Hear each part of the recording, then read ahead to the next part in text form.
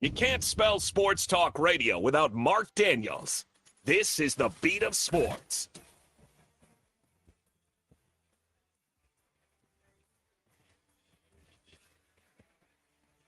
I'm sure every person has dealt with this. Your normal weekday schedule changes, so you turn off your alarm on your phone.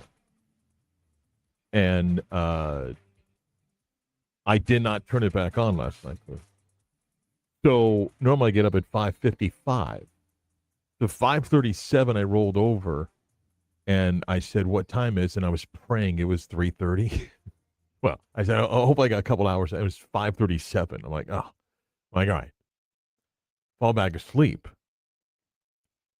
and then roll over and realize, wait a minute, it's a little too light outside.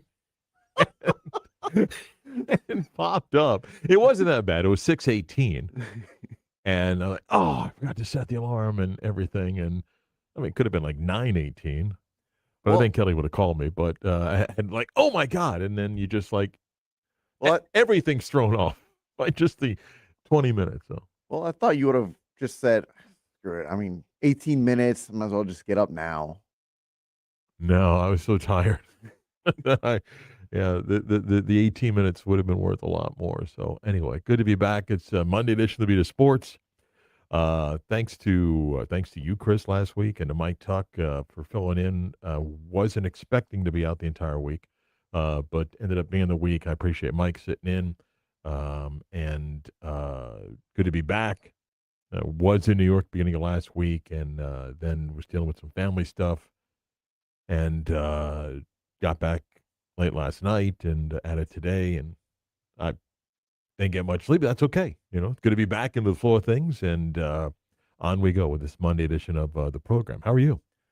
I'm all right. Yeah? I'm all right. Starting to deal with a little bit of pain in the left shoulder. For what? I don't know. I took out a couple. Yeah, pain in the left shoulder. You're young. What? I was carrying out some kegs last night. Kick a couple kegs at the brewery. Got to take them out. So changing kegs, maybe it pulled something. I don't know. Okay. And these guns here, yeah, like water weenies. If you're watching on the stream, the two of you, 6, and you see a different camera shot. So I wasn't here last week, but I come in. The studio's a mess. I told Kelly, it looks like a crime scene's been dusted. Yes, there were just fingerprints all over everything. So I scrubbed the table down here, and then somebody messed with the computer that we use to send the feed of the camera in the talk studio. Chris is fine. And of course, no one knows the password. There's like 4 or 5 options of a screen name, and then no one knows the password, which sometimes in this building is a stupid ass password. Okay. But I tried, Kelly tried, no one knows. No one knows. So we're operating on a different camera off my computer. So if it looks weird, that's why it is. And of course, I text someone that I hope would know, and nothing. Yeah, we're not getting that one back anytime soon. Well, speaking of passwords, But I don't know who was in here. Who uses this thing? Well, speaking of that, I need to change my password because someone's going on my settings and moving stuff around, and I don't like that. So get your own settings. Kelly thought he had it too. Like he's like, oh, and he got further than me, and he had the dot circling, and like, nope, yeah. Invalid password. Yeah. At least there's not so many times where if you enter the password X amount of times and you're wrong, it locks you out for X amount of time. On one of those things, you're gonna need on one of those IDs, you're gonna need a new password. I'm not telling you which one, but if you click on the top one, you're gonna need a new password. I'll tell you that much. Like, why can't we just leave things as I don't. is? Why? Who's in here touching this stuff over the weekend? Good Lord. So anyway, yeah. But we're back, and a lot of stuff that's happening. We got a busy show on a Monday today. I want to catch up on some things that's gone last week, and we'll catch up on some stuff. We got a lot of football. We do have our first full week of preseason action in the NFL that gets underway Thursday. We got state teams in action. Who do we got? We got Dolphins and the Commanders. Minus Laramie Tunsil. Who's playing left tackle for the Commanders? Wow. Yeah, whenever you hear slide the right guy over, that just doesn't bode well for your season. Nope. But anyway, we'll get some of the football stuff on the program of today as well. Now, Chris said, what, 3 of the 5 jokes 3 last out of the week? 5 days, I got tucked to smirk. And even one of the jokes. An actual laugh? Not Maybe necessarily a one laugh. of the I got a days? smirk. I got a golf clap to end the week. Even Tuck's wife enjoyed one of the jokes. Whoa. Yeah. Whoa. Yeah. That's big. I'm saying I'm either wearing him down to where he's like, God, all right, these are actually starting to grow on me, or they're pity. Either way, I'll take it. By the way, the week before, Mhm. when we were talking about large guys wearing jerseys of players that were not big, I mean, as you could imagine, when I was in New York for the few days, man, there's a lot of heavy-set guys with a Brunson jersey that you're like, this doesn't fit. The heavy-set guy, even though he's in Boston wearing the Mitchell Robinson jersey, that kind of works, right? Kind of works. But the guy that's like 6'4", 380, wearing the Brunson jersey, just doesn't work, man. Just doesn't work. Yeah. It's just not making you happy. One time walking, somebody saw me wearing a UCF shirt, right? No, I'm sorry. They didn't see me. They're wearing a UCF hat. Okay. And I went by and I said, hey, UCF. And the person goes, yeah. And I pointed to my shirt. He goes, yeah. And I go, yeah, I work at UCF. And I go, oh, you're that guy. Wait. I go, do you go to football games? He goes, no. That was it. Conversation ended. just. He looked like a smart student. Like, were you hoping? Like, do you know where the stadium is? Nah, never mind. What? Were you hoping he'd be like, oh yeah, what do you do there? No, I'm the voice of UCF. No. I just the it's August and everything. I was like, oh, you go to football games? He goes, no. Have a good one. See ya. That was about it. It just life's weird. Like at that moment in New York, there's no reason why. And here's a person wearing a UCF hat. Hey, all right, have a good day. Bye. Yeah. You heard me tell Kelly the story. We went into place I was about to spend a lot of money on. My wife was doing her shopping in Soho on Sunday. And again, we were dressed in casual wear but looked presentable. And the security guard, like, can I help you? No. We're going to shop. Just looking. And they got eyeballed. Yep. May have gotten we got 2 that just come in here, east side, keep an eye on, and all of a sudden the camera's zooming in. Right? So running facial recognition, background checks. After the purchase, on the way out. That's right. Open that door. Oh, have a good day and everything. Yep. Felt pretty good walking out. Of course, he said lowest purchase of the day right there. No, just kidding. Well, that's when you just flip the bird. Yeah, I can afford to be here. You don't flip the bird. You just walk out with some class. You got to No. walk in looking like you belong, Judge me. What now? Tuesday, though, dressed like a baller. We went shopping Tuesday, and wife goes to Bergdorf Goodman, where she's got the appointments and everything. Big baller walking in. You guys take discounts. You guys get points in that card that I use, right? I'm getting points back on that, right? I got some coupons here. Those get value shopping points, right? Yeah. Then they go, because as the guy that pays, I have an account. Not because I'm anybody important. Do you have an account here? I go, yes. And I'm sure they're thinking, oh, wow, this guy must. And they open the account like, yeah, okay. Kind of got the look like, hey, Mr. Big Spender's back here, huh? What was that last purchase? $36, huh? From 13 years ago? Yeah, I wish something cost $36. Yeah. We rang up one thing for makeup, and I'm like, how many ounces is that? 1? How much is that? 1 ounce? You sure? Did it ring up wrong? Did you put an extra number in there? Did maybe a fat finger get caught and you just added? No, that's how much. Really? For 1 ounce? Huh. Yeah. What does it do that other makeup doesn't do? It costs me more is what it does. Yeah, Yeah. yeah, that's what it does. All right, here's everybody's favorite segment of the show. It's almost like an unwritten rule that when you become a father, you become king of the bad dad jokes. What is Forrest Gump's password? One Forrest one. Are you ready to laugh? We know at least one person is. Here's CV's dad joke of the day. That's so great. Man, I can't even bob my head anymore. My neck is killing me. Oh, were you? Or my shoulder. God. It's killing me, Mark. Go ahead. What? I think this will work for you. Why did the sun not go to college? I don't know, Chris. Why did the son not go to college? Laughing already. It already had 1,000,000 degrees.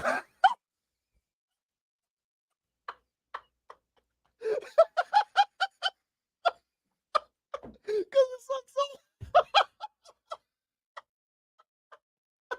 Ow. Ow? Did I get an ow? Ow. It hurts. Oh my God. Hopefully, Chris is healthy to continue the show.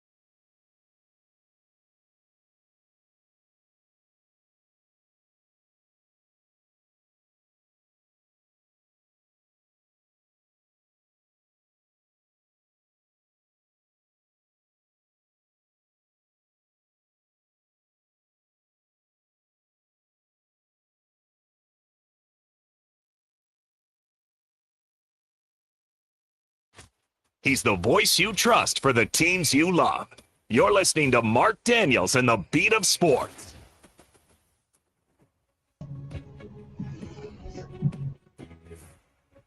Was gone last week. Again, thanks to Mike Tuck for sitting in. Wasn't planning on being on the whole week, but ended up being out. And appreciate, again, Mike, Chris, for taking care of things. Couple guests coming up after this segment. Quickly, 10 o'clock hour, WYGM Orlando, WJR HD2 Cocoa Beach. Everything that happened last week with the Protect College Sports Act that didn't get to the Senate floor and all the politics involved in that. There's an interesting angle to the Florida State side of this. And next segment, we'll talk to somebody that's followed it, and I think done a really good job explaining it. And then tomorrow, Chris, the tourist development tax, big day. Everybody gets graded. And tomorrow could be the day that hundreds of millions of dollars are handed out. And we'll get a preview of that. Stephen Udak of the Orlando Sentinel is going to join us. And an explanation also, because whether it's on Twitter or I'm reading people writing letters to the editor, which I didn't even know you still do these days in newspapers, but the whole thing about that money should go towards infrastructure in the county. I agree with you. But that's not what the county commission is allowed to do until you change the state law. Okay, believe me. The sports guy in me, and I want everything to come to this area here. But I also live in Orange County, and I'm aware of our challenges. I mean, we opened up Orange County schools today with 2,000 less students. And that's not because people aren't moving here.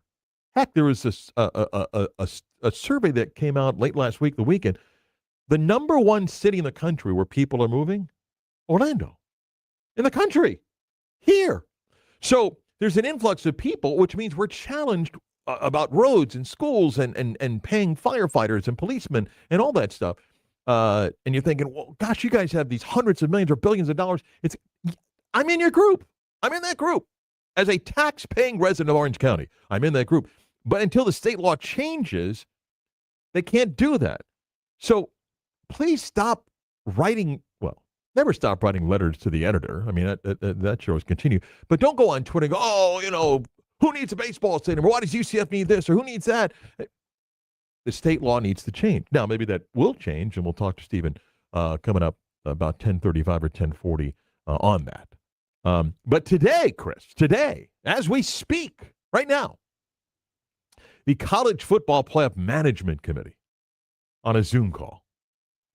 Quickly, before the meeting kicks off, you think there's a couple that get on there, hey, Bob, nice background, before the meeting starts, your little conversation. How many committees do we have? A lot. Why? Yeah, it's a lot. Why? A lot. You need them. So I just want you to stop and think about this for a second. And we'll be doing a deeper dive next segment into what happened. And again, that Protect College Sports Act didn't get to the Senate floor. Because why? Because of the idiots. And that's both sides. That's Democrats, that's Republicans. Because the idiots. Do you know what happened to that bill late last week? So whether it was going to pass or not, and the bill's not perfect, but in typical political fashion, they raced to get the Big Ten of the SEC to go, okay, we'll accept it, although I'm not quite sure they ever believed it was going to pass. And it's got everything that you could think of and then some, and it isn't perfect. And then here's what happened, including Senator Moody from the state that throws in this, well, wait a minute now, the changing conference thing and the 5-year independent, no, we got to get rid of that. And then all of a sudden there's 11 amendments added to it, including stuff that had nothing to do with college sports. Why? Because that's the crap that happens in Congress all the time. You get a bill, I mean, let's say, and again, I don't care of your political affiliation. You get a bill that says, this is money to child care. Here's an important matter. And by the time it gets to a committee vote, you're like, why is there $35 billion for a bridge in Nebraska in the child care bill? Because that's how politics works in this country. In order to buy your vote, I got to give you some. So that was going on. Well, in order to get my support, I'm not voting on this until I get this. Well, Senator Moody in our state really wanted the protection to give Florida State the right to get out of the ACC and not need a 5-year wait if you wanted to change conference. And then what do you got? You got a senator in North Carolina going, well, wait a minute now. I want to make sure that if Carolina goes somewhere, that NC State goes somewhere. And then you got somebody, and that's partly why the whole thing blew up. And after a 5-week recess, when they get back after Labor Day, and then the midterms are coming, I mean, nothing's going to happen. But today, in the wake of all that, now the College Football Playoff Management Committee is going to meet today. And among the things on the agenda, and there's no vote to say we're going to expand the playoff from 12 to 24. But on the agenda today, they brought in TV consultants. They'll be talking about, well, how much it might be worth if you are to expand to 16, 20, 24. Then one of the ideas kicked around is, well, maybe they go to 20. And Josh Pate was tweeting about this, which I don't even know. Is he full-fledged ESPN now? I don't know. He's busing with the boys and whatever. With the idea of, ready for this, Chris? Hey, if we're going to get rid of conference championship games, maybe the alternative is we do these play-ins. So that way you can keep the money, and then it's like, well, what if I lose the play-in? So playing the extra game could cost me a spot. So we got all that also going on. Let me quickly give you a little bit more. For example, today, they'll hear a bunch of stuff about, hey, maybe worth this, and there is no vote today. It's going to go into the season about in 2027, are we going to expand? Remember, what does it all come back to, Chris? It's about what here? It's about what? It's always about money. Okay. So who will determine the value of a 16, 20, or 2014 playoff? Who? Is it going to be Greg Sankey of the SEC? Is it Tony Bettini of the Big Ten? No. Who?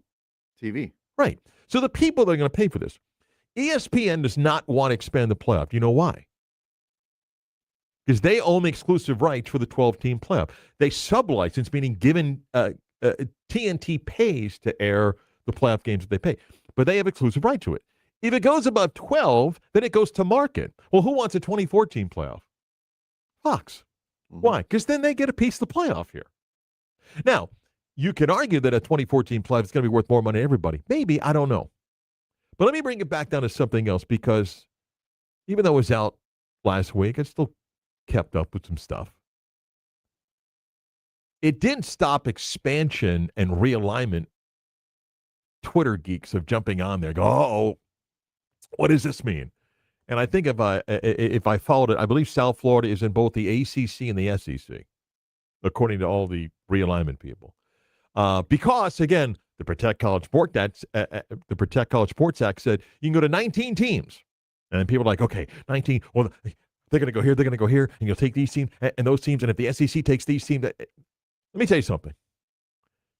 That was an absolute complete waste of time, because as of today, no one's expanding. Not just because the bill got stuck and didn't get to a vote. There is no appetite for it. Appetite among who? I'm going to use Chris again. Who pays for these things, Chris? That was TV. So, as people had fun making up stories, which is what they did, they made up stories about, I hear so-and-so wants this, I hear so-and-so wants that. The only people, for example, the SEC has 16 teams. If you want to make up 3 teams, and I'll play the game with you, and they'll take Florida State, Clemson, and North Carolina, and then they'll get to 19. The SEC projected money, it's like $75-80 million.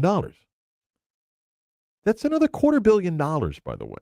It's nice that you want to spend Disney's $250 million and just go, well, it's $250 million. Right. So he who created the ACC network and is the ACC's media partner will kill the conference that they have an agreement with. Right. And then, the Big Ten, well, they can only take one more. They're saving a spot for Notre Dame. No, they'll go to 20. And you're assuming that the current members either A, will take a cut. No. Right. So you're assuming the media part will just all of a sudden go, you know what? I know I have an existing deal that pays it. I'm just going to add another $250 million a year and just suddenly take Florida State, who I'm currently paying in the ACC, and I'll be kind with numbers here, okay? $50 million, and I'm going to give them 80. Why? Oh, and I'll do the same thing. So I'm already paying a combined $150 for Clemson, Florida State, and North Carolina, and now I'm going to give them $240. It was so stupid. And people ran with everything. And I'm not picking on South Florida, like, well, put them in the ACC. Who said they have a TV value that suddenly warrants them to go to that conference? You're like, well, they took UCF. They got lucky. I've said this for 5 years. They were in the right place, right time. They had 2017 and 18 to put them in position. But anybody that's in a G6 right now, there's no media value to say put them in a power conference. There's no media value of a lot of schools in Power 4 conferences right now, but there's no appetite to go, we'll put them in there. It was an absolute nothing burger that people ran with. Like Matt Baker, our good friend who writes for The Athletic. And I know why. Why? Because it's content. So Matt wrote a story, I think, on Friday about, well, if they all go to 19, here's what happens. And Matt's not stupid. He lives in Tampa. Who did he have going to the ACC? It's South Florida, because he said, hey, these schools will leave the ACC. And South Florida people go, a prominent sports writer says they're going to the ACC. A little bit unfair to Matt, who wrote an opinion piece. There's no data. There's no traction. And trust me, conferences right now have no appetite for it. Why? Because they don't know what the rules are. They have no idea about the status of anything. But people ran with it. And I'm telling you, even if that bill passed, and that was just the Senate, it had to go through the House. Even if that bill passed, I do not believe for a second that any Power 4 league today wants to expand. Will they be forced to? No, they're not. It just says if you did, this caps your number. There's no appetite for that today. Why? Nobody knows the damn rules. But man, that didn't stop people running with that story. There's no story. I'm not telling you never, but there is no story. Because bottom line, forget what the conferences want. Fox is not interested right now. They just told the National Football League, we're not redoing our deal. And have you followed Disney lately? You think they want to come up with another $250 million a year to bring in 3 teams that they're currently paying much less for? I mean, sometimes don't be stupid. Sometimes just do the basic evaluation. But for Florida State, there is something interesting for them, and our next guest will explain why it's important. Plus, later, are the Dreamers dreaming? Tomorrow's a big day as the TDT gets back together, maybe handing out hundreds of millions of dollars. All that's still to come on the Beat of Sports.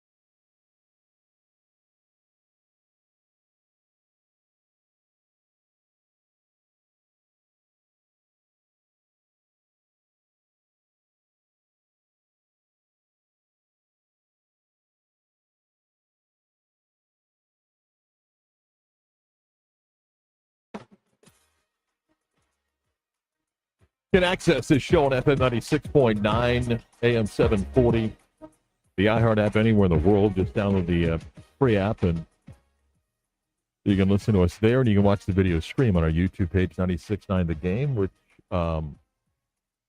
fixed the camera. Finally found the password. Never would have got it. Never would have got it. And I'm telling you right now, if somebody uses the other thing to get in, they'll need a new password. So, but I did get in thanks to Frank, the engineer. I mentioned last segment a little bit about college football and the Protect College Sports Act and the playoff committee's meeting today. There is a Florida State angle to this that is of interest to Seminole fans, and I get it. I do. I just think some of the people that were trying to guarantee realignment again, I just think we're foolish. The last several days on Twitter, John Lachey writes some good stuff, including some of the things that he's got up at Tomahawk Nation, and invited John to join us. I appreciate his analysis of some things. This can be quite complicated to understand when you start getting the politics involved in this and what it all means. But this is a little bit of a different view about Florida State. John, thanks for joining us. Good morning. How are you? Hey, thanks for having me on. Good morning. Let me start here. Prior to all the additional amendments that were being thrown in the last second, can you take me back to how Florida State may have viewed what the original, and I don't even know if we can call anything original from that, but what it looked like for Florida State when it said, hey, if you want to change a Power Four conference, there's a 5-year period which when you had to go independent. That didn't fit what Florida State was looking for. Am I correct? Yeah, you look at the settlement agreement that they have with the ACC. So Florida State's off-road was timed in 2030 with when the Big Ten Conference's television deal came back up, which would, in theory, maximize their leverage to try to get a spot in either the Big Ten or the SEC. And obviously, that 5-year wandering through the desert as an independent would be a giant monkey wrench in that whole, in their plan to leave the ACC. So it was basically pretty much the death nail of Seminole football as a real power, if that actually made it through. So before the bill even gets to the Senate floor for a vote, here comes a bunch of amendments, which if you don't follow politics, happens all the time. It's why you get a bill that may involve child care that's got a bridge in Nebraska that needs to be built. But Senator Moody, who, when she was Attorney General, had some strong things that were trying to help Florida State and it's battle with the ACC. Can you share with the audience what Senator Moody actually did and what her amendment was about and why that may be designed to help Florida State? Yeah, and just real quick on this, too, with the because you look at the Protect College Sports Act, you're talking about this, it has morphed into this giant Frankenstein of a bill. There's literally everything in there from, like, the date that the Army-Navy football game will get played, when the national title game gets played, and a whole lot of other just stuff that, like, has nothing to do with, like, NIL or anything else. But her amendment to it was that within 180 days of the bill passing, a conference or a team could basically file with their current conference that they were going to be leaving, give notice to that, and they would be exempt from that 5-year period. So for Florida State, depending on how you read the settlement agreement, would then have 180 days to file notice with the ACC to leave the conference, and that would then allow them to hypothetically go directly to the SEC or Big Ten. Okay, a couple of things here, though, and I've tried to read this, and I'm not the expert, even though I've reached out to a few legal people that I do respect. Okay, let's say it passed, and it didn't, and I'm not quite sure it will. Does that supersede what the terms that the ACC and its members agreed to regarding the ability of exit? Because 180 days better come up with a lot of cash.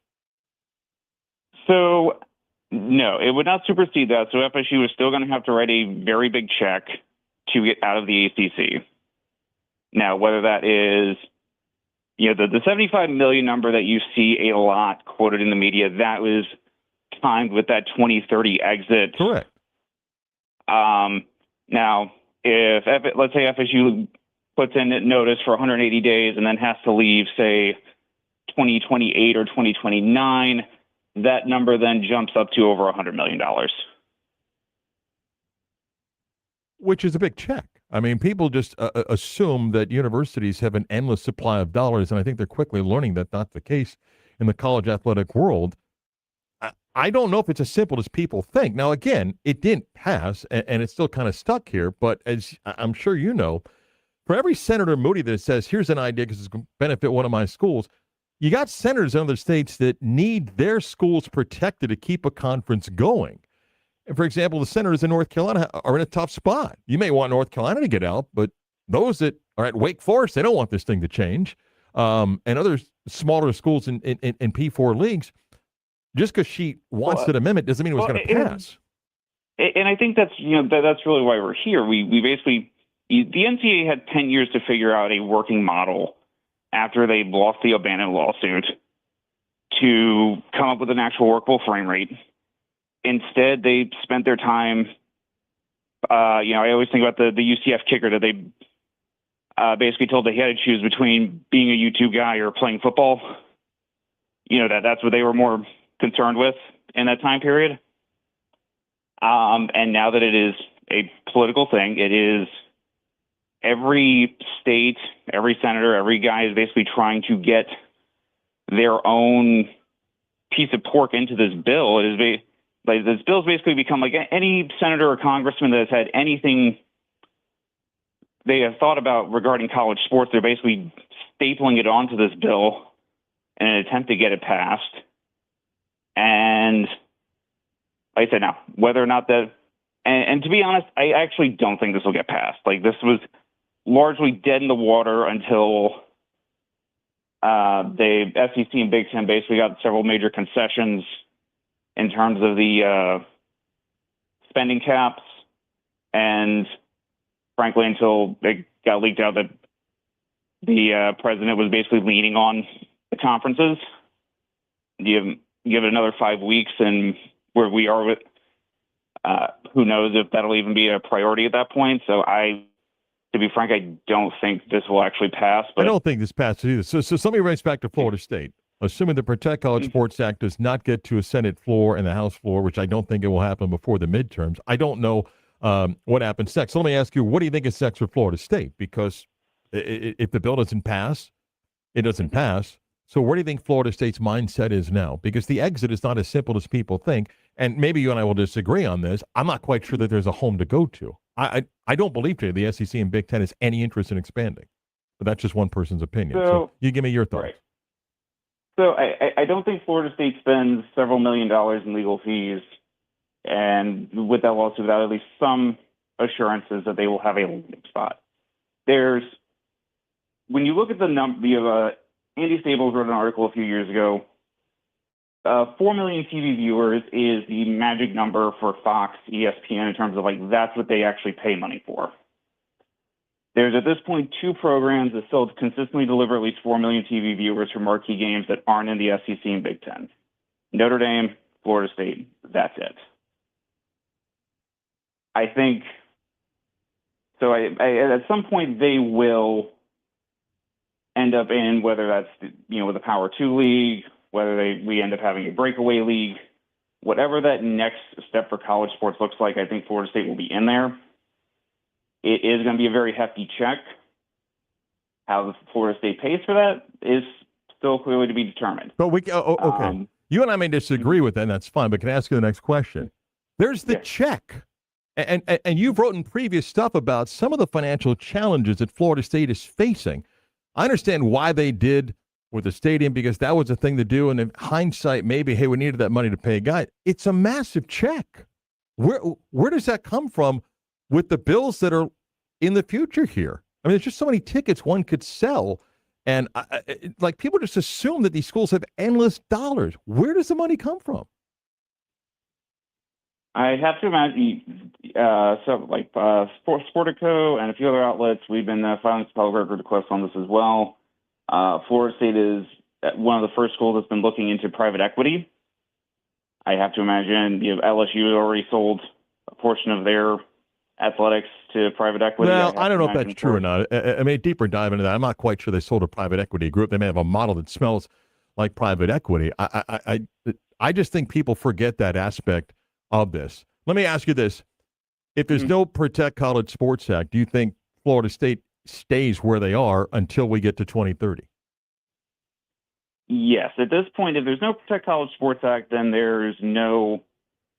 At this point, with the terms of the ACC agreement, Florida State's making at least halfway decent money with the ACC now. So they're happy enough to stay there until 2030 and then try to leverage a spot into the Big Ten or SEC.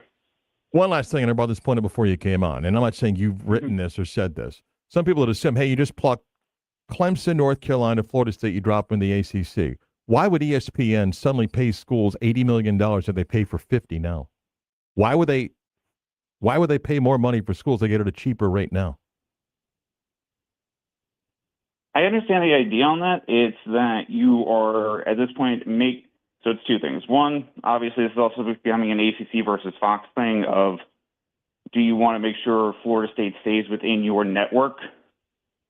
And number two, it's about, at the end of the day, consolidating the brands that actually attract TV viewers into one check. At the end of the day, yes, you're going to be paying $30-40 million a year more for Florida State.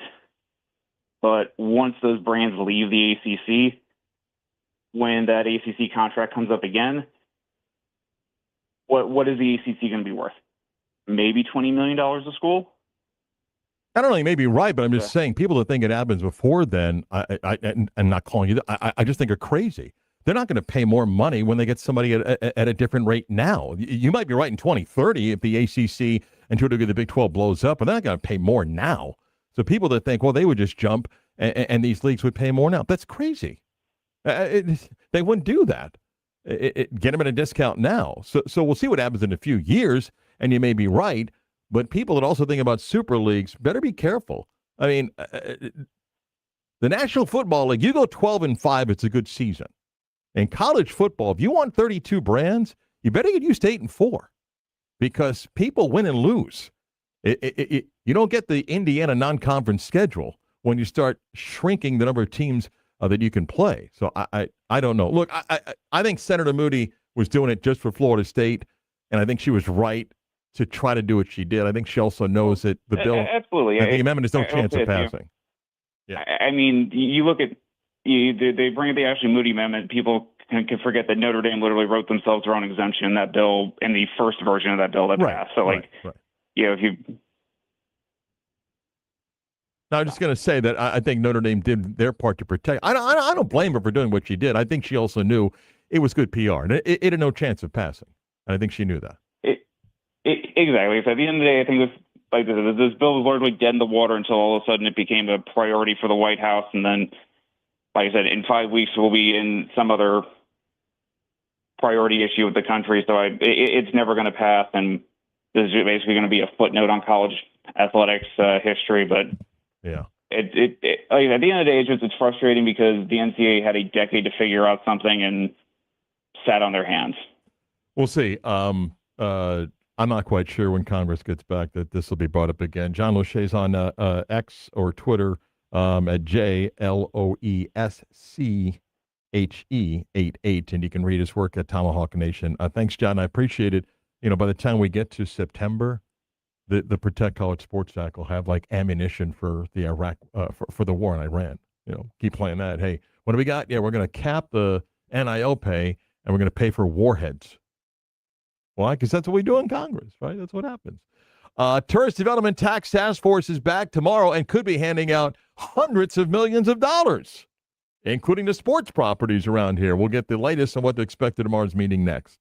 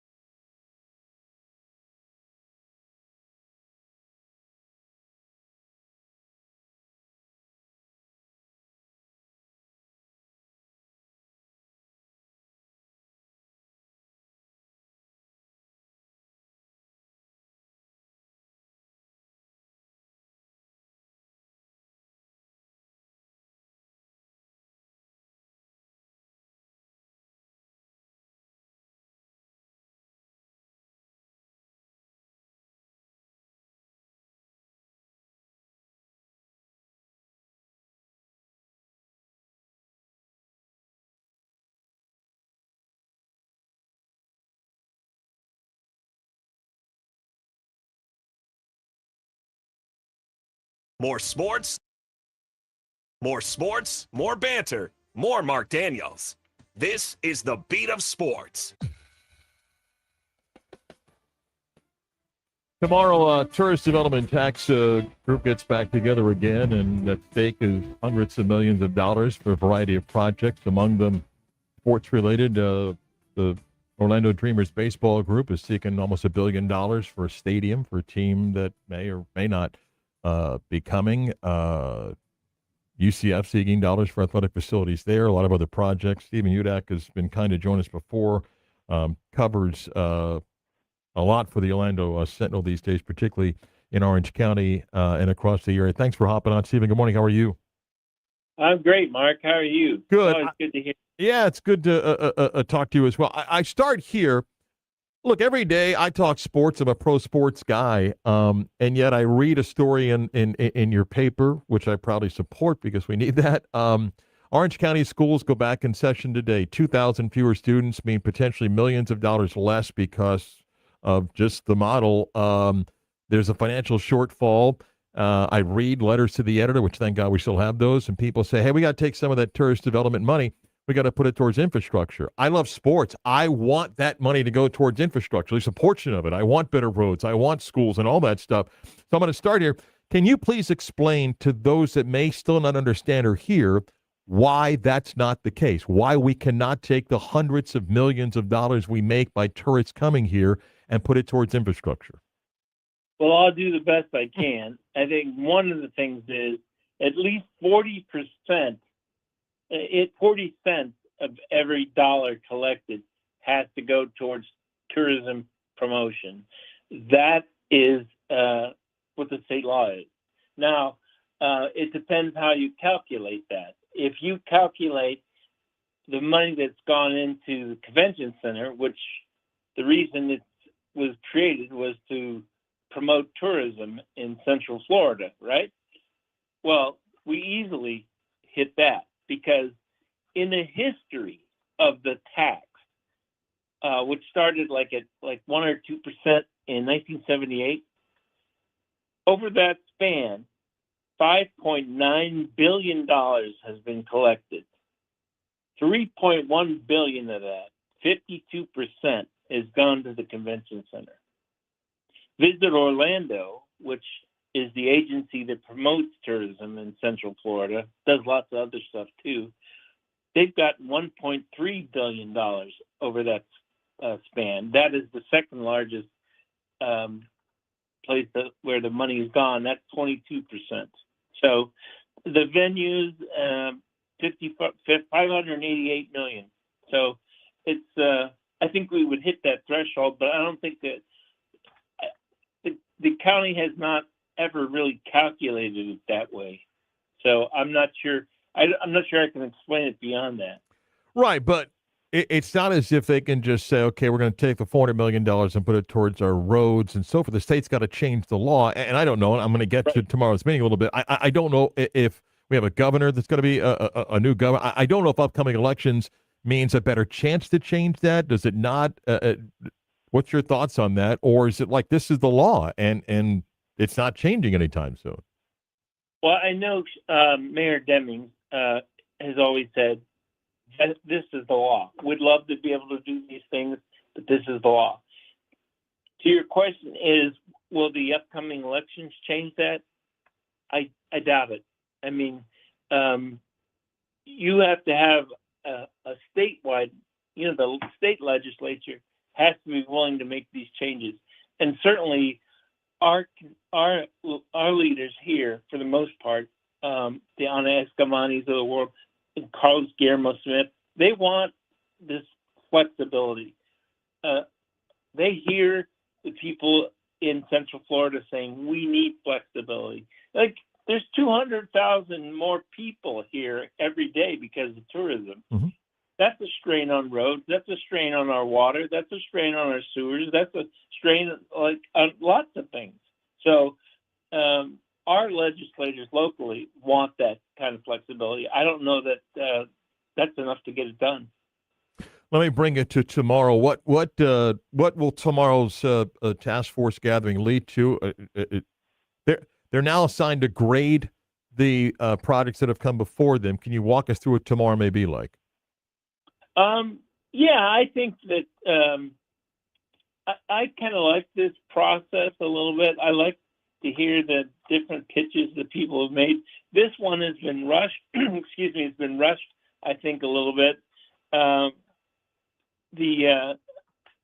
think the convention center likely again has the best pitch, only because they are the only ones that can say we're shovel ready. This, because part of that is because $17 million of the original $540 million asked for has already been paid for to design it. Mm-hmm.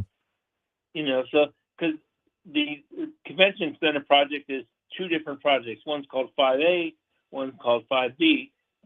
5B is the one that's up to bat right now. So, the other thing I guess it's important to understand is no matter what this board, this panel decides, and there are some people who think the way that you and I are thinking right now about like, hey, we got greater needs than, a museum or another expansion of the convention center. Mm-hmm. Although the people who support the convention center expansion will tell you it'll expand tourism and there'll be more money. It'll create more money, what they call economic impact. I'm not sure that I'm on board with all that, but that's what they say. I'm all for that, and until the convention, people can also guarantee we move at a 49th or 50th in wages. The job thing is what it is. But let me ask you this: the sports part of this, the Dreamers. Tell me what you think happens here, because this is a unique, different pitch. It's not like, hey, we've got a team, need a stadium. They're kind of asking the task force to have a vision for the future. It's unique also. They don't own the land that they're asking a stadium to be built on. What's your thoughts on what the Dreamers have approached and what might happen? Well, I think they're the aptly named Dreamers because those are really, really strong points that you just made, Mark. They don't own the land. The city, the county does. The county could probably be talked into it. But we're talking about almost $1 billion in tourist development tax. And like you said, we don't have a team. There's not a team coming. Look, I love baseball. Sadly, I love Cleveland baseball. I don't know. They may score well, but I don't think this panel will move it forward. If they do, I can't imagine the commission approving it, the Orange County Commission, which gets the final say. So it would go from here, from this panel, to the Tourist Development Council, another advisory group. Even they could recommend it. The mayor sits on that. Mayor Dyer also sits on that. Mayor Demings and Mayor Dyer. But it ultimately comes down to the Orange County Commission. So I think if it's not passed this time, it'll be harder, because there'll be 9 rather than 7 members of that county commission, because we're expanding by 2 seats beginning the end of this election cycle. You're better than what people would perceive as a biased answer from me. Between the last go-around and the more recent go-around, UCF's pitch as to why they believe they're worthy of some dollars, which is one led to the $92 million of the new tower up there. But some people have said, well, gee, why are they getting money? Can you really translate this to tourism? But I'll let you give your thoughts, because people would think mine's biased. Has UCF been successful both times? Clearly they got money last time, but do you believe that they've sold them again here? That's worth the. I don't know that anybody has sold the panel this time. I will say that UCF's done a remarkable job with their projects. I mean, the bounce house is a great place. The team isn't what it was the first time Scott Brox was here, but that's not all. It's not just about wins and losses. It's about it's a massive university. It has a very influential bunch of programs there. So I think they'll rank high. Is it possible, Steve, before I let you go here, Yeah. Again, as you said, the task force will grade, but ultimately it still comes down to the commission. And I know this is kind of the last big thing for Jerry Demings. One, his term is ending. Yes, he's dealing with some health issues, but the term is ending. Is it possible, because we are approaching November with elections, that they don't do anything? If the commission doesn't do anything, you mean the Orange County Commission? Yeah, or must Yeah. they choose to spend, or can they say, hey, not right now? Oh, they can say not right now. They can say no. Let's just hold on to this. We see a bad moon horizon. Like this isn't a good time for us to do this. Plus, there's growing sentiment for the infrastructure stuff. That you talk about, the roads and stuff. And that, let me tell you something. We had a convention, a big convention, decide to go to Las Vegas, I guess it was, because they cited the difficulty of getting around Orlando. I think they mentioned the roads. So, I mean, it's not like it's, you've probably driven out to iDrive at times. It's hard to get there.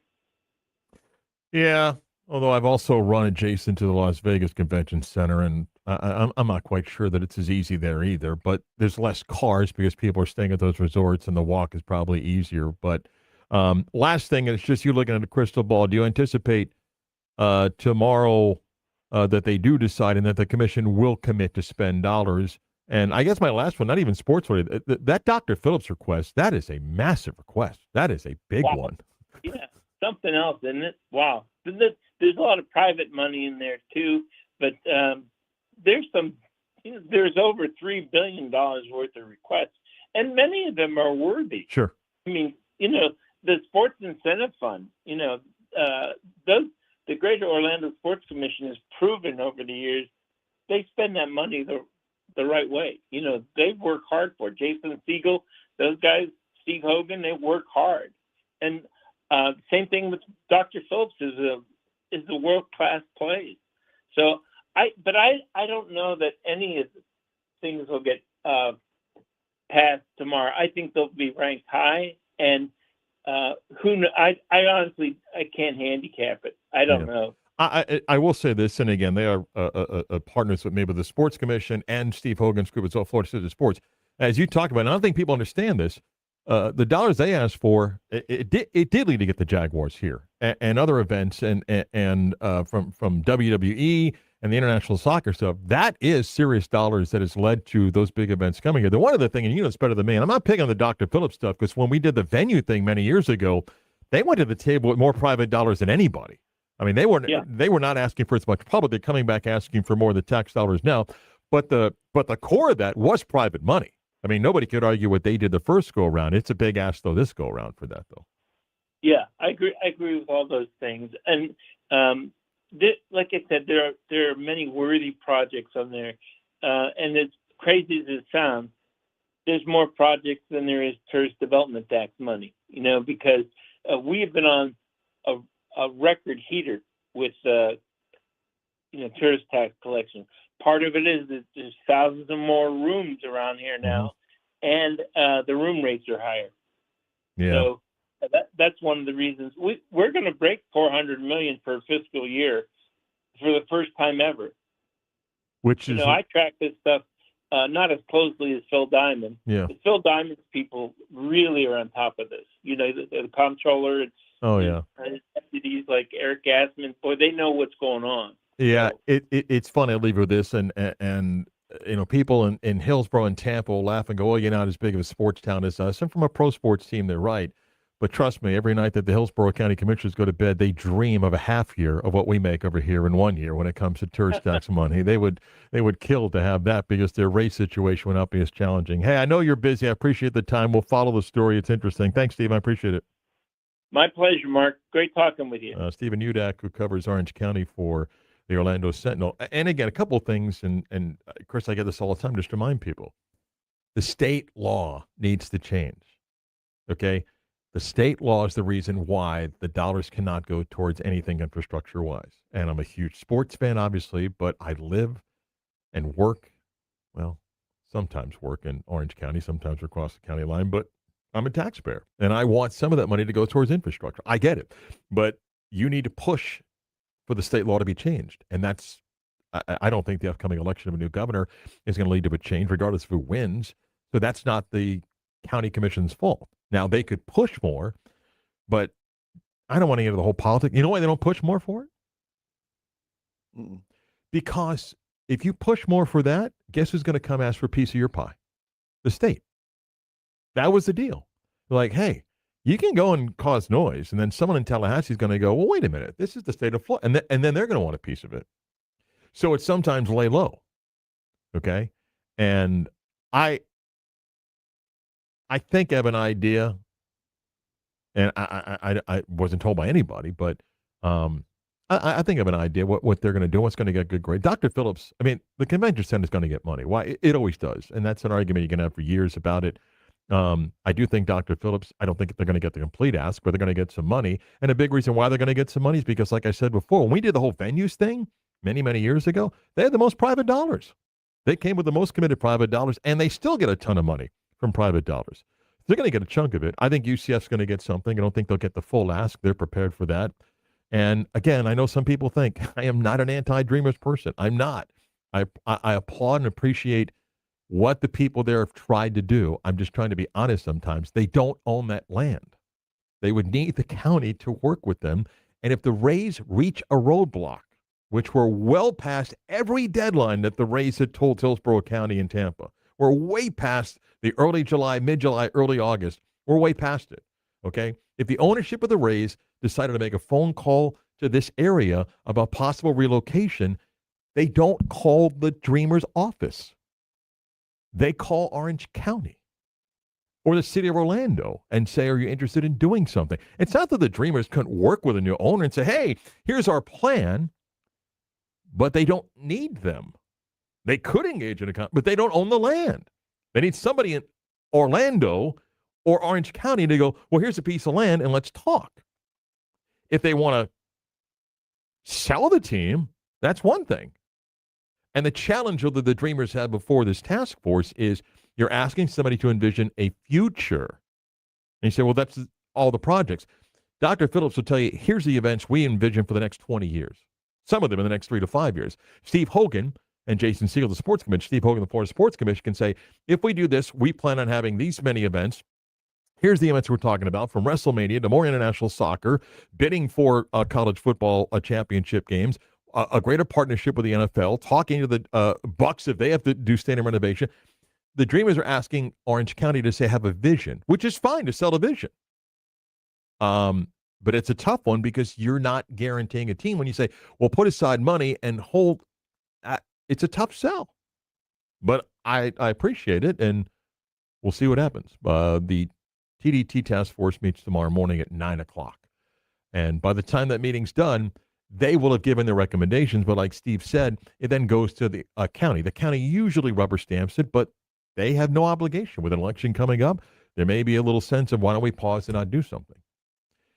It's a good problem because the money continues to rise because tourism's been really good. We still rank 49th or 50th in wages because a lot of our tourism jobs don't pay a lot of money, but that's a story for a different day. Stop talking politics. The 11 o'clock hour kicks off with the news next.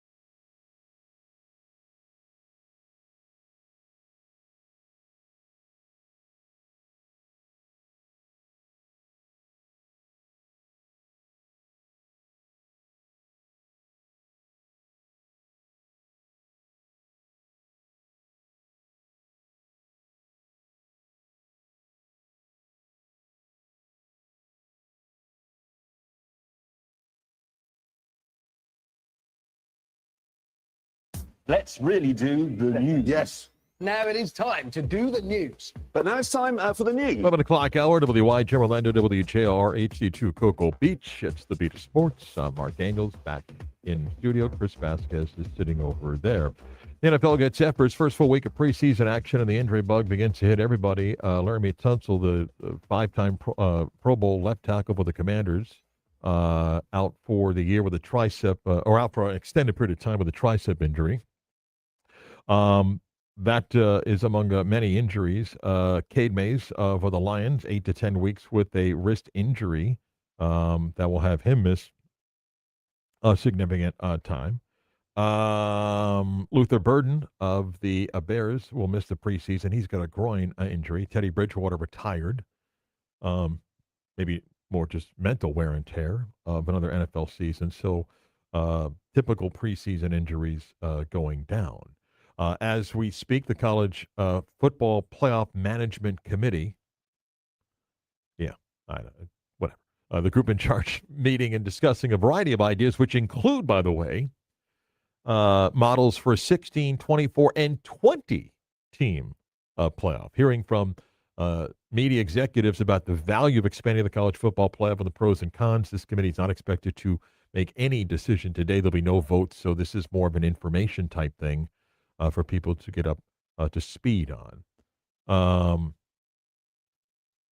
Chris Sale of your Braves is called for a balk on Saturday in the game against the Yankees that gave New York a 3-2 lead, a game which the Yankees would win. He didn't like the call. Sale's got a little bit of an aggressive personality at times, so yesterday in the dugout, he wasn't pitching, obviously.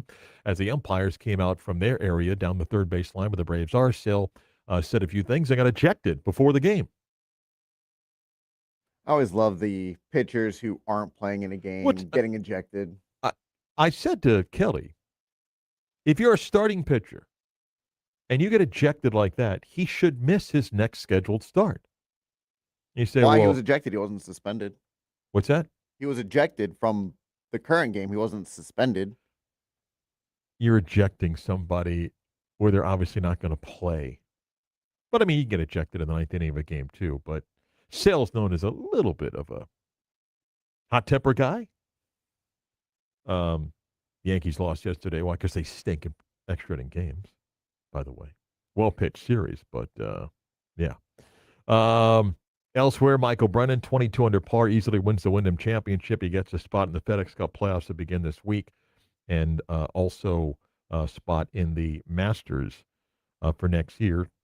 John Rahm won the third straight season title for Live Golf. Joaquin Niemann won for the ninth time in front of a crowd of very few people at the Live event in New York. What?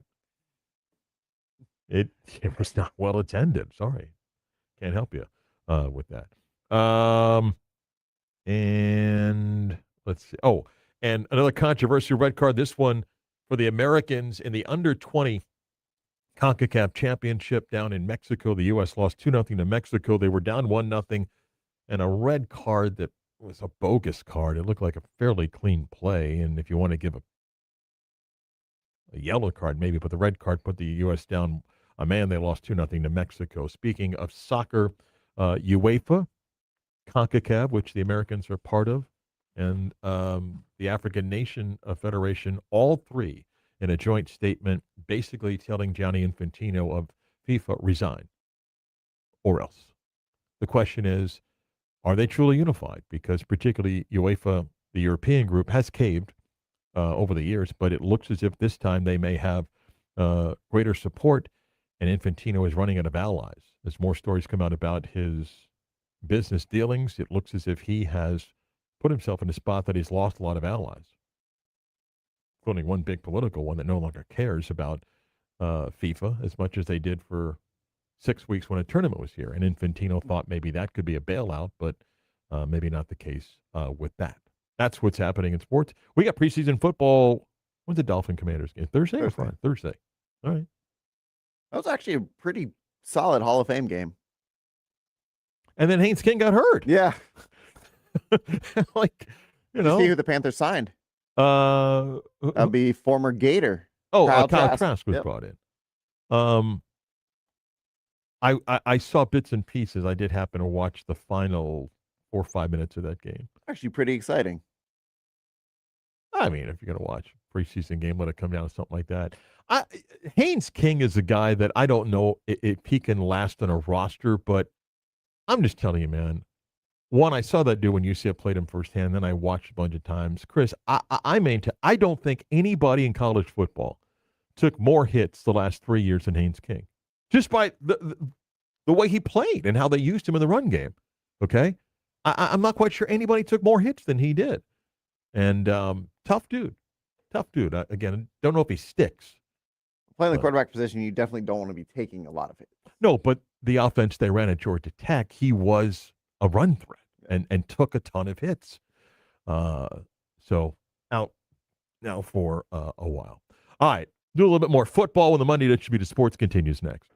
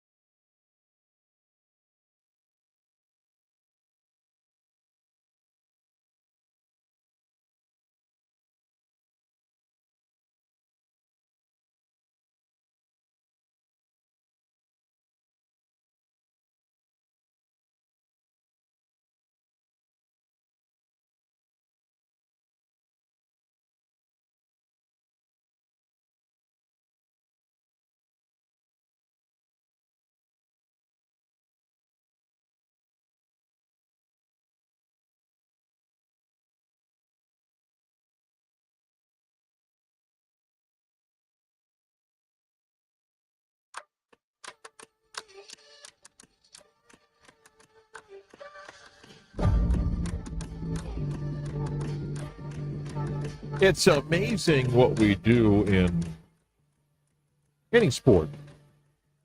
That when a year ends, we quickly turn the page. And part of it is, if your team didn't win the championship, I mean, like if you didn't like the Knicks and you hated the Knicks, I mean, the minute the Knicks won, you're like, okay, whatever, off season, right? I mean, we do that. Partly because all of our sports in America, and it happens around the world, it's no longer the 6, 7, 8 months you play. It's a 12-month sport. And no one's like the National Football League. Again, we talked about that before. They play games from mid-August now into mid-February, but between schedule releases and free agency and all that stuff, it's a 12-month sport. And every sport has its, I mean, the NBA has done a great job with its free agent period, although now it's mostly trades. So the National Football League, Chris, when a Super Bowl ends, just by the nature of it, in mid-February, we're into combines. You know, I mean, we've now moved on to get ready for the draft, right? Got to go to Indianapolis and get some. No, it's before incredible. that's even free agency. Right. So I find this a little bit interesting. If I asked you today, Chris, you only have 3 teams that you could pick to win the Super Bowl. Who are they? Today on August, what is this, the 10th? On August 10th, with the right to change your mind 2 months from now. But on August the 10th, I gave you only 3 teams to pick. You pick who? I would say the Rams, I would say the Bills, and I would say the Broncos. Okay.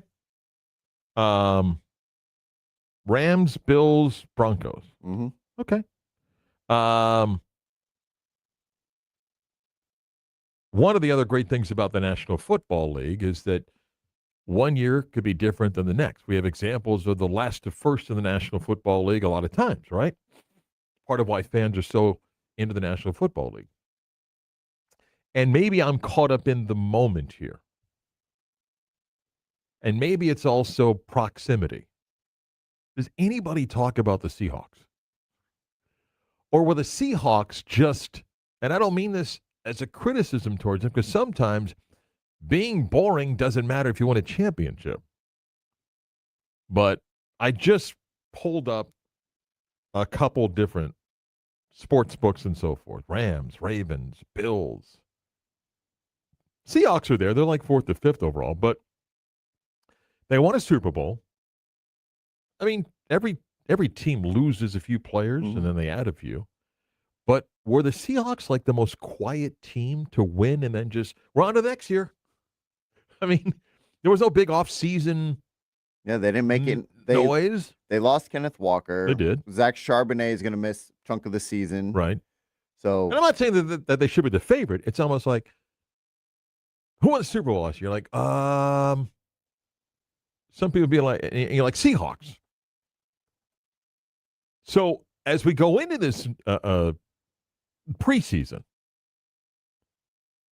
it's like, and I also thought about this because I saw, I didn't watch, but I saw a clip posted online of Hard Knocks. And I thought about it, like, you know what? Maybe they needed Hard Knocks. Because sometimes it's like, boy, that's the last thing a team needs when they're trying to build and the distraction. But it's almost like it was a reminder that they won. Like they won the Super Bowl. The quarterback is back, yes, running back, but that wide receiver, pretty good. They signed him. Their defense, pretty good. And it sounds like, but it's like outside of JSN, they really haven't made any big moves that would make them relevant news-wise. Right, but you're not saying that made them significantly worse. You're just saying that they didn't have a lot of headlines, but they won the Super Bowl. Unless you're in the group that thinks, yeah, but, and you apply college mentality. What I mean by that is in college football, we watch games and sometimes think the team that won isn't the better team, right? Because it's, well, I know they played, or like Alabama lost a couple of games, but clearly they're better than any ACC team. We play that game. In the National Football League, there are probably some people that go, yeah, but the Rams are better. And you're like, but they played last year, and Seattle won the game that mattered. Yeah, but the Rams are better. And I'm not telling you the Rams didn't upgrade their roster, because they did, and they may do it again with this other immovable force on defense.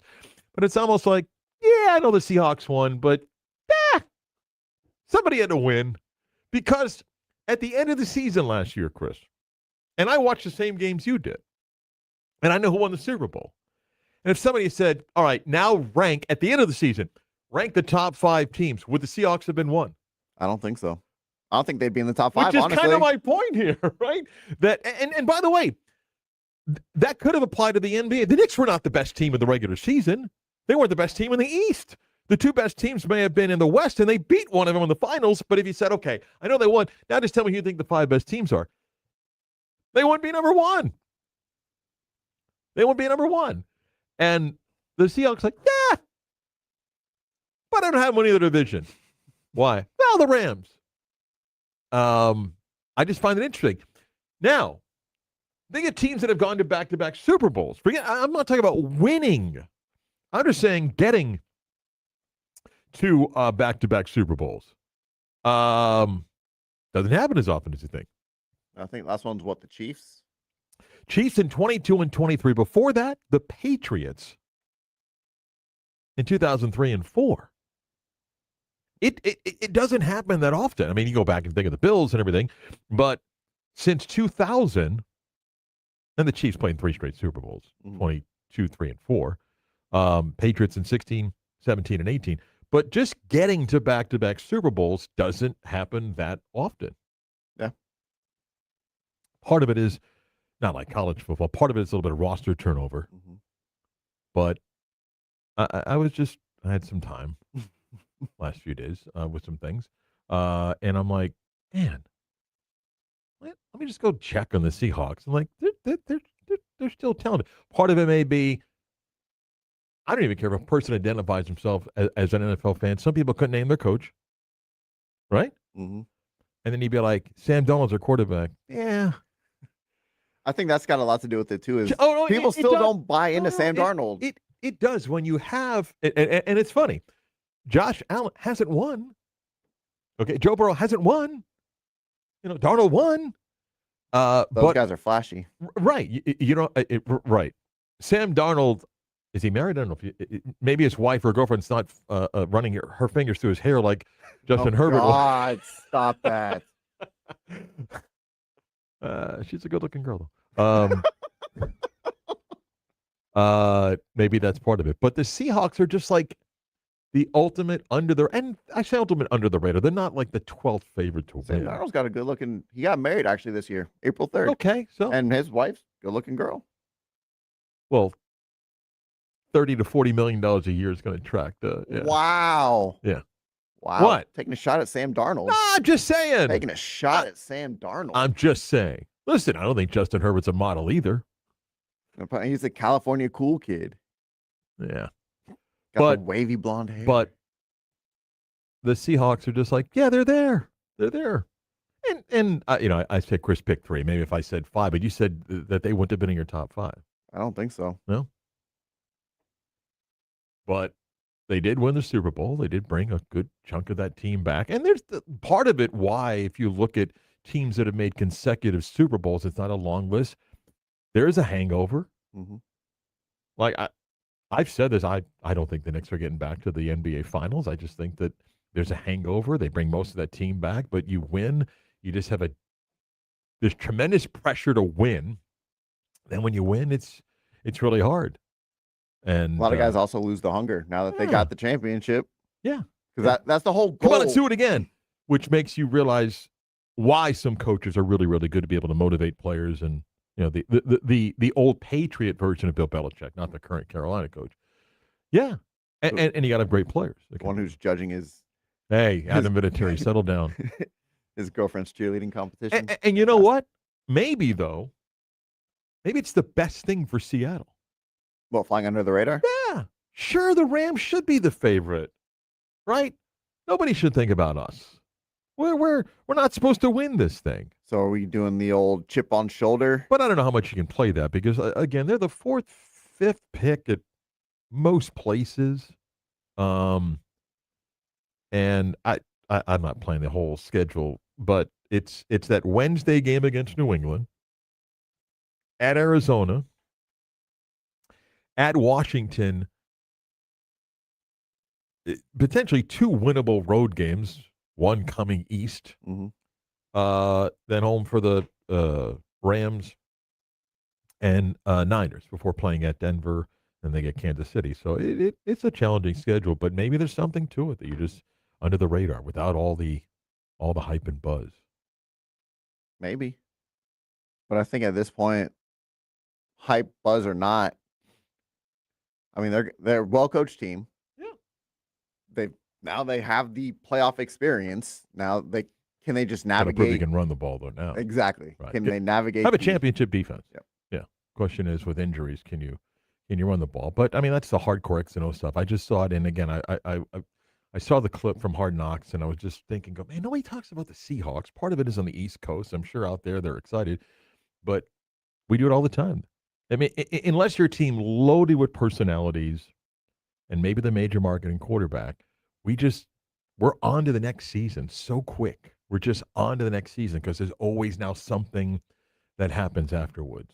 And a new season brings hope for those that didn't win, so we want to get to that as quick as possible. Nobody cares if their team didn't win. Whatever. I'm on to the next thing. Right.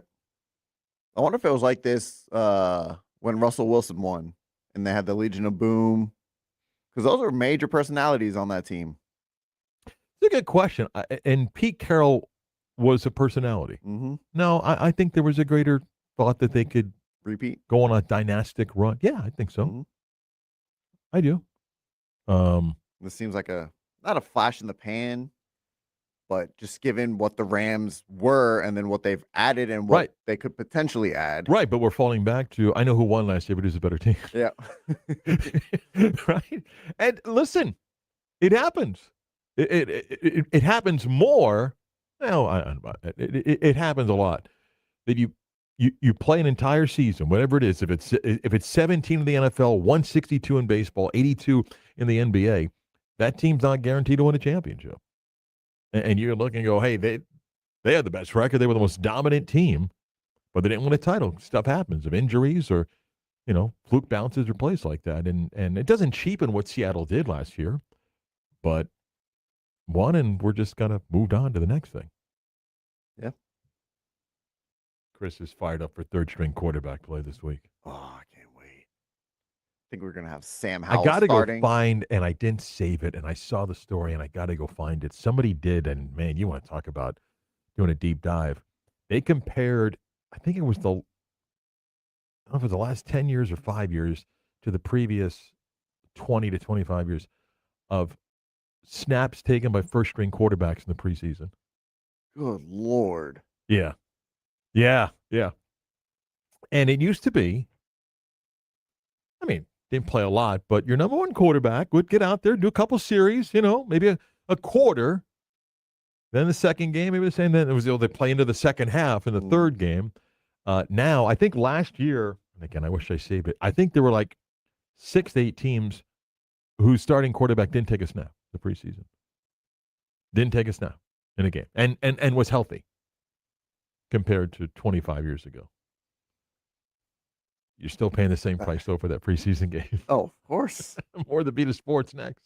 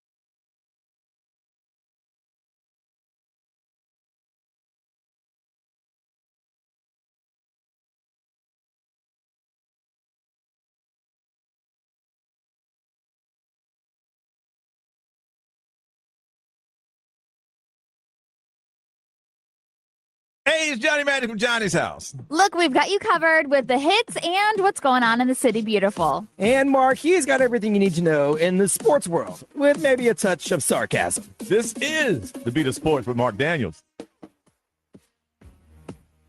Chris, someday your lovely daughter's going to go to college. And Can we stop fast forwarding so much? okay. Parents that are listening right now, remember the day that they brought their son or daughter to college and he dropped them off, and maybe it was at a school out of state, or maybe it was not that far. I remember vividly the day that we drove up to Gainesville. And when I started college, I started the summer semester at Florida. I didn't have the SAT score to get in the fall. I had to go in the summer. And I moved into Jennings Hall at Florida for my first college dorm room. It's a cement block room. The good thing was the roommate that I had, he lived in Gainesville and rarely was ever in the dorm room. I don't know why, but I guess his family wanted him to have college experience. But I think he slept maybe 2 nights a week in the dorm. So I kind of had a single. Then to start the fall semester, I started in a triple on the 4th floor at Broward Hall, and often thought about jumping out of the window on the 4th floor at Broward Hall when I was in the bunk bed with 2 guys that were high school and friends from their childhood that lived together. And let's say we had nothing in common, uncomfortable, filed with housing to get transferred, and ended up getting in a room with somebody that I went to high school with that we knew each other, but we weren't really friends, and then ended up becoming really good friends. But when my parents dropped me off at college, it was they stayed over for one night. We did the whole shopping thing, I guess there was Walmart and Target back then, whatever it was. And, Mom bought the sheets and everything, and I remember them saying goodbye, and it was like, that's it. So a friend of mine was telling me the other day about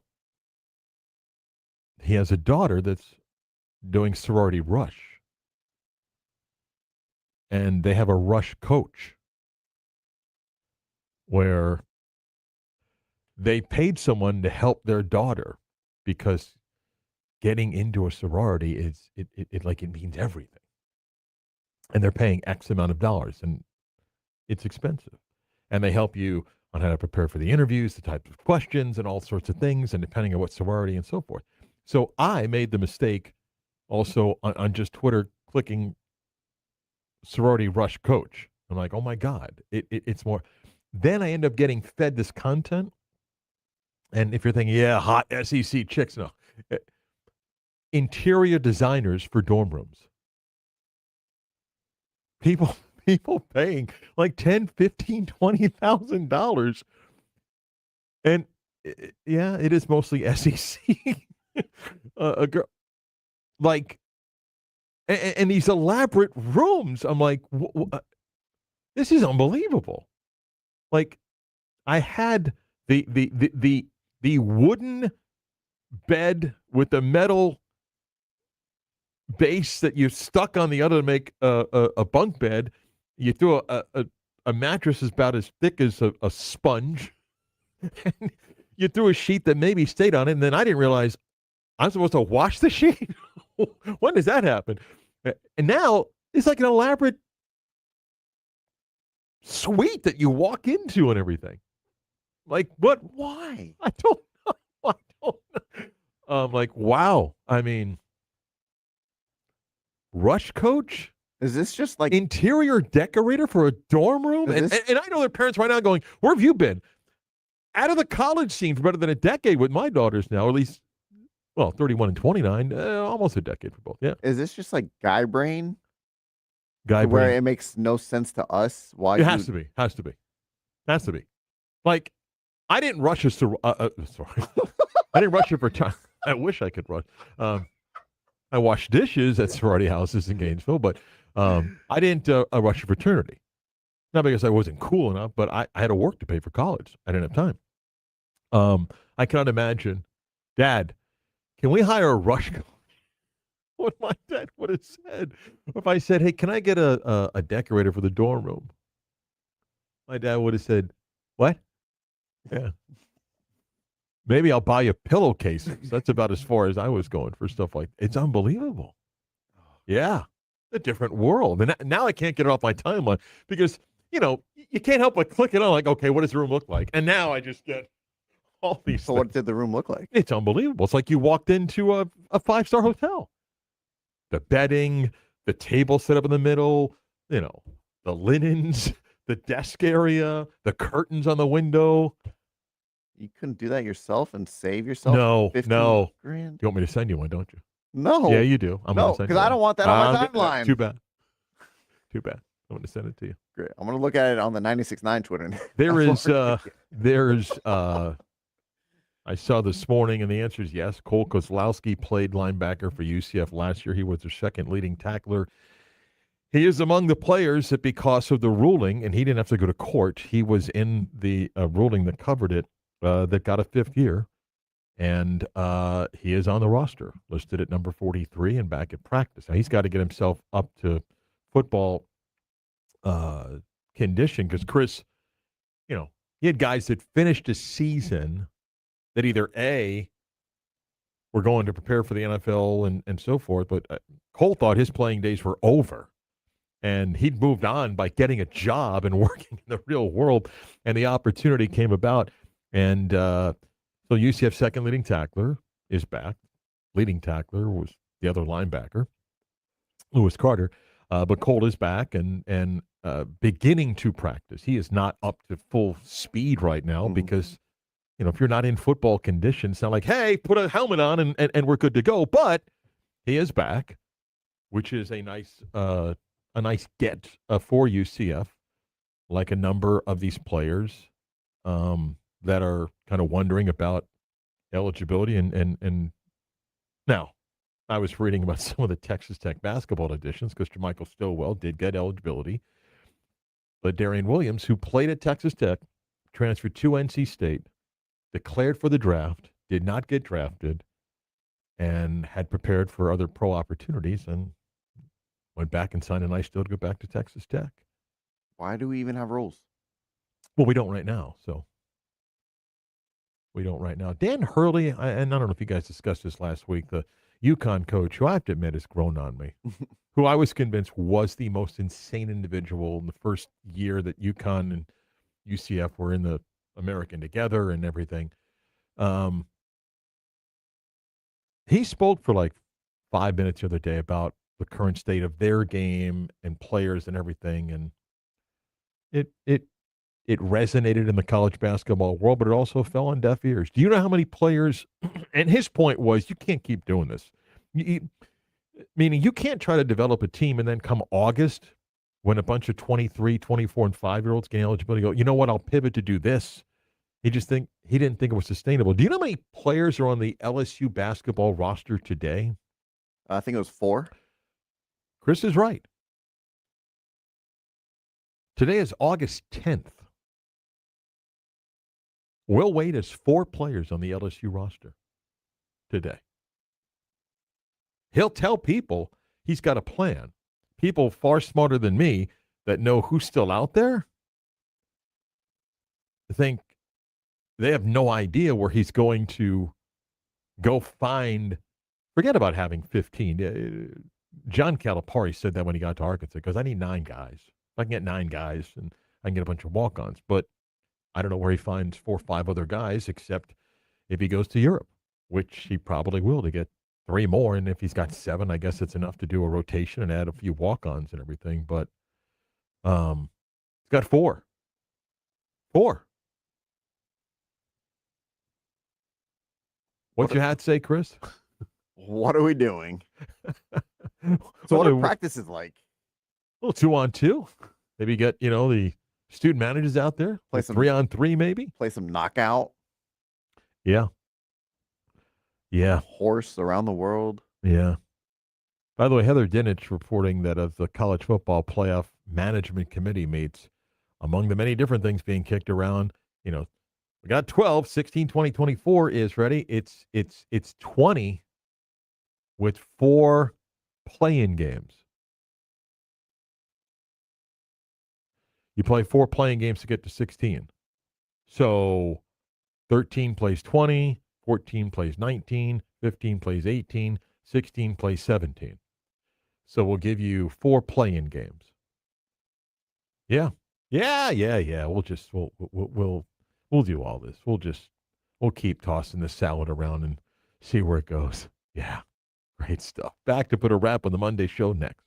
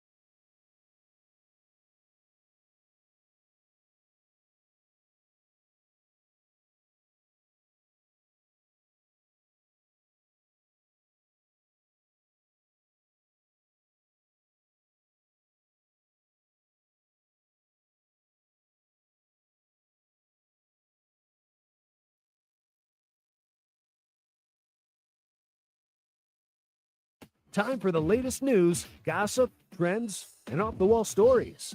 Trends. Ooh. That's the craziest thing I've ever heard. So our friend Michael McCarthy, front office sport, did a story that Joe Buck and Troy Aikman entered the final year of their contract. Each has their own contract with Disney, and Michael wonders about, what the next deal is going to be for them. By the way, good for Buck, good for Aikman, whatever they get. And I think Buck's deal is for $15 or $18 million. By the way, the original part of his deal, I think they fulfilled maybe half of it. He was supposed to be in production of shows and the Sports Jeopardy thing, and I think he hosted Good Morning America once, but all the stuff that they said were connected to him and show development, he didn't do anything of it. I mean, good for Buck if you can get it, and maybe they'll be rewarded with $20+ million. I had brought this up to Tuck, just sticking with these sports announcers angle here. Tony Romo. I was wrong. I don't think Romo's coming back. Yeah, I'm sorry. Go ahead. I was going to say The Athletic called it, or the piece that they wrote. I forget who wrote it, but he essentially called it the worst. I think Andrew contract. Marchant wrote it. Yeah, worst contract in sports media history. I thought that they would just mistake and so forth, but it looks as if they were looking for an out. That the performance the last couple of years had reached a point that they wanted out, and now we'll use this. Yeah. Why do you think it's taking so long for them to potentially exercise that? Make sure legally that you're covered by it and so forth. Does he ever call a game again? I don't know. Don't know. Just like I don't know if I believe Kyle Shanahan tells me his Tesla was on autopilot either. That story. Miss any of today's program, go where you get your podcast, type in the Beat of Sports on demand. When there, subscribe, download the show, and listen when it's convenient for you. You can go back and watch the video stream on our YouTube page at 96.9 The Game Orlando. Good also, to be back. Yeah. All this Beat of Sports on Instagram. Yes, please do that. It's just the Beat of Sports on Instagram. Thanks, Chris. Thank you, Mark. Thanks to Chris. Again, thanks to Mike Tuck for sitting in for me last week. A little bit of a difficult week, but we're back today. We'll make the most of it, and we'll see you tomorrow for the Beat of Sports.